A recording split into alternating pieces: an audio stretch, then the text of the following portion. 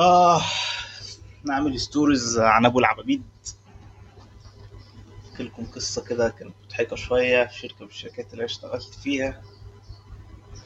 كانت سوفت وير يعني. كده كانت يعني شغلي سوفت وير. اشتغلت فترة في الحديد والصلب وفترة في الخردة. أحكي لكم عن شركة، طبعا مش هذكر أسامي يعني عشان مش ناقصين أواضي. آه، كان في شخص استلمني في الشركة دي. طبعا كان مفهمني ان الدنيا تمام واحنا مع بعض ورجاله.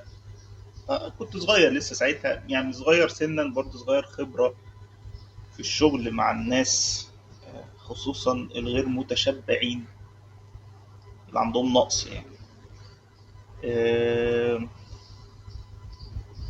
اما قعدنا نتكلم، اتكلمنا على كل حاجه من وجهه نظره هو، وسلمني الشغل من وجهه نظره هو.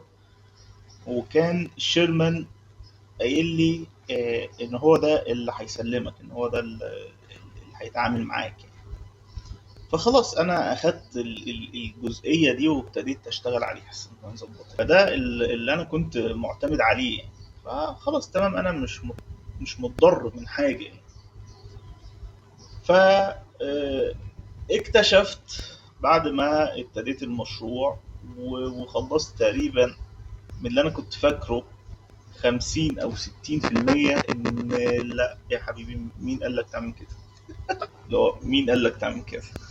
طب يا جماعة، في شخصية هي اللي سلمتني، لا ملناش دعوة. يا جماعة عيب والله. الراجل في سني يقعد يعني.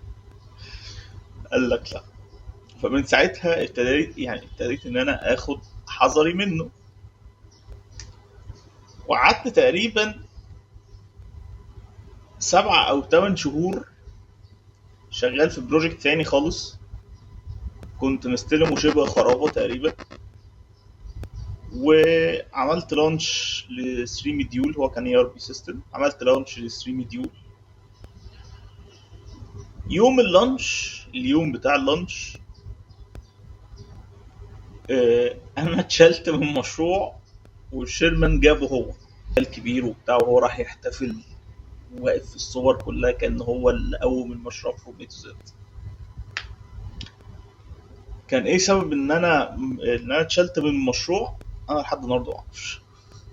بجد والله انا ما اعرفش ليه اتشلت من المشروع. اللي هو طب يا جماعه يعني، حد ينبهني، حد يقول لي، حد يديني هنت. ما اعرفش، محدش راضي يقول لي اي حاجه. النصيحه في القصه دي، مش اي حد كويس معاك في اول يوم، في تاني يوم، في تالت يوم، في اول شهر يفضل معاك كويس. خد بالك وخد حذرك. حتى انا برضو متعلمتش الموضوع ده، اسف. لان انا في شركه رحت في برضو واحد، ربنا يسامحه، عامل نفسه ان هو حبيبي وصاحبي وكل حاجة. وبعدين بكتشف ان هو اكبر عصفورة في الشركة. المشكلة يا جماعة، اللي بيعصفر لمين محدش عارف. حرفيا بكلمكم بجد، محدش فاهم هو الواحد بيعصفر لمين. انت لا في مكاني، ولا لو انت تدرجت مش هتمسك نفس البوزيشن. انا حاجة وانت حاجة. نجاحك هو نجاحي وفشلك هو فشلي. فان انت تفشلني بقفاك انت، او يعني تعصبر ان انا افشل، وانت هتبقى برضه فاشل. بالعكس، انا هبتدي اعمل حلقات كده اوريكم ازاي المانجمنت بيحصل.